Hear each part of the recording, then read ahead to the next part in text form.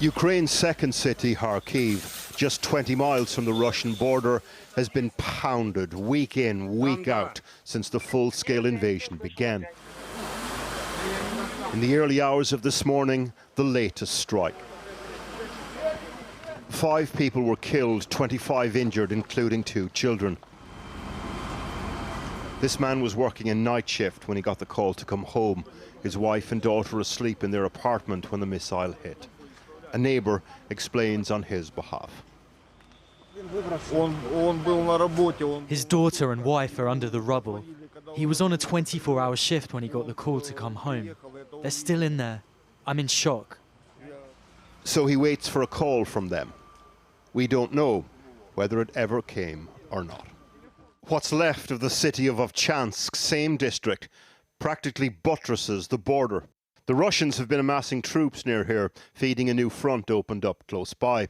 They've continued to launch missiles from inside Russia at cities like this in the Kharkiv Oblast, taking advantage of the fact that Ukrainians were not supposed to use US-supplied weapons to strike back against targets inside Russia. Washington feared escalation.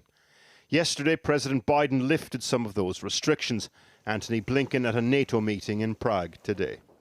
Over the past few weeks, Ukraine came to us and asked for the authorization to use weapons that we're providing to defend against this aggression, including against Russian forces that are massing on the Russian side of the border and then attacking into Ukraine. That went right to the president, and as you've heard, he's approved the use of our weapons for that purpose.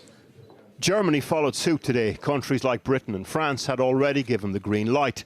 Russia accused NATO and the US of, quote, provoking a new level of tension. The new permission applies to surface-to-surface missiles with a 150-mile range. Restrictions still apply to longer-range systems hitting targets deeper inside Russia.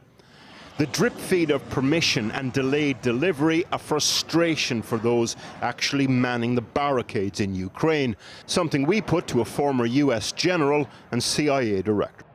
Inevitably, at the end of the day, we all finally say yes. But in the meantime, time is lost, and you can't regain that time. If you think back to the factors that undermined the summer counteroffensive last year, it was the delay in the U.S. decision on the M1 Abrams tanks, which meant they were not there for the offensive. These delays have to be very frustrating for the Ukrainians, who are fighting for their very independence and survival. And that is arguably the most pressing issue for Ukraine right now. How to keep rotating in rested soldiers into a battlefield that looks like this.